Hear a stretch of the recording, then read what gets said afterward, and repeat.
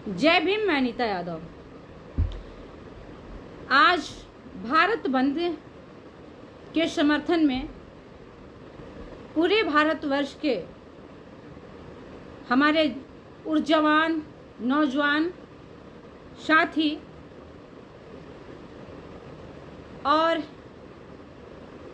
इस भारत बंद के समर्थन में हमारे जितने भी गार्जियन टाइप लोग थे, सभी लोगों ने समर्थन दिया। लेकिन आज बिहार के पटना में जितने भी लोग इसके समर्थन में उतरे थे, हमारे ही बिहार के मुखिया माननीय नीतीश कुमार जी ने सभी पर लाठी चार्ज करा दिए। लाठी चार्ज कराने से पता यही चलता है कि हमारे प्रदेश के मुखिया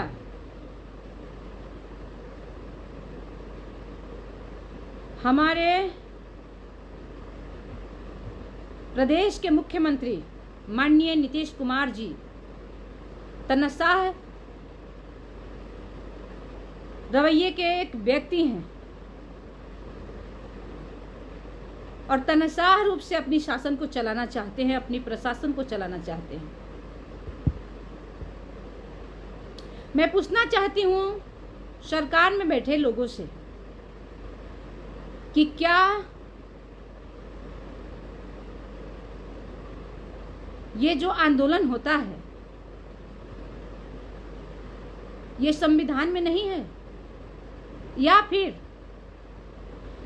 जितने भी लोग अपने आप को समाजवादी बनते हैं, या फिर जितने भी लोगों की राजनीति का सफर यहाँ तक है, क्या उसने कभी अपने जीवन में, अपने जीवन काल में, अपने शुरुआत के राजनीतिक काल में क्या कभी भी आंदोलन नहीं किया है? अगर आंदोलन किया है तो फिर उन्हें भी पीटा जाता होगा। अगर नहीं पीटा जाता था तो ये जो पीटने वाली परंपरा जो अपनाया जा रहा है, ये जो नियम अपनाया जा रहा है, ये जो लोगों को कमजोर करने के लिए, लोगों को डराने के लिए इस तरह से जो रवैया अपनाया जा रहा है, क्यों अपनाया जा रहा है?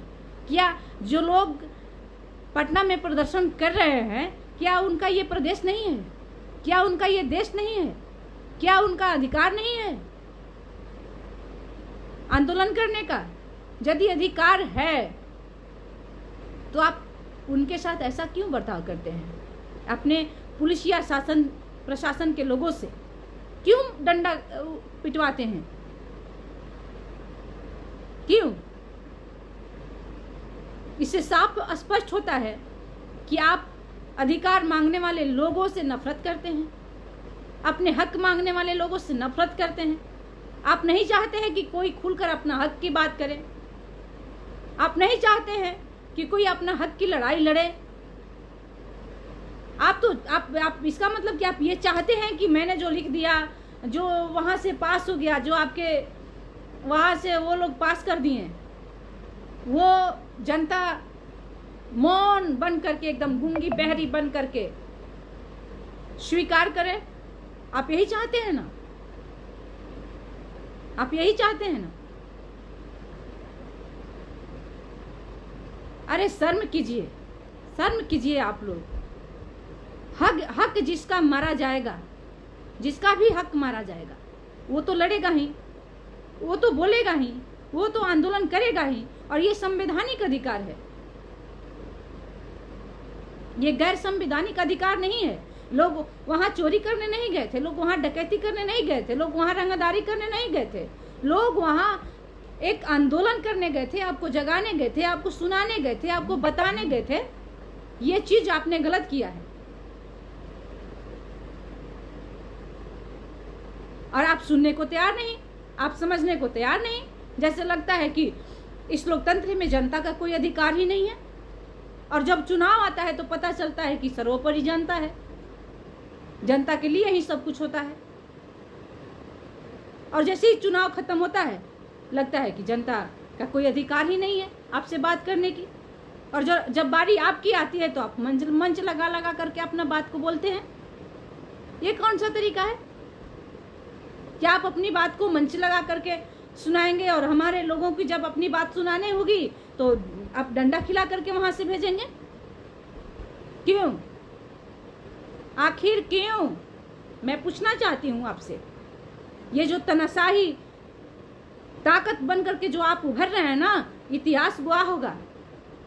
एक बात जान जाइए, 100 अच्छाई को एक बुराई मार देता है। माननीय नीतीश कुमार जी, 100 अच्छाई को एक बुराई मार देता है। और आप में सबसे बड़ा बुराई यही है कि आप जितने भी हमारे विद्यार्थी अगर अपने हक की बात करें तो विद्यार्थियों पर डंडा चलाते हैं, शिक्षक अपने हक की बात करें तो शिक्षक पर डंडा चलाते हैं, आंगनबाड़ी अपने हक की बात करें तो आंगनबाड़ियों पर आप डंडा चलाते हैं, महिलाएं अपने हक की बात करें तो महिलाओं पर भी आप डंडा चलाने का काम करते हैं, चलवाने का काम करते हैं। नौजुवक अपनी हक की बात करें उस पर भी डंडा चलवाने की बात करते हैं। तो आप जो बोलेंगे मैं सुनूं, हम लोग सुने, हमारे लोग सुने, और जो हम लोग कहेंगे आप डंडा चलवाएंगे। ये कौन सा तरीका है? अरे आप भी अपने बातों को संवैधानिक तरीका से बोलते हैं, हम लोग सुनने का काम करते हैं और समझ में आता है, उसके अनुसार हमारा समाज, हमारा देश, हमारा लोकतंत्र में जी रहे लोगों ने वोट देने का काम करता है। और हमारी भी बात को आप लोकतांत्रिक तरीका से सुनिए, समझिए और इस बात को अमल कीजिए। डंडा क्यों? वहां जाने वाले सारे लोग आपराधिक हैं, गुंडा हैं, मवाली हैं, चोर हैं। आखिर क्यों डंडा? आखिर डंडा क्यों? मैं पूछना चाहती हूं आपसे कि डंडा क्यों? अधिकार मांगना पाप है,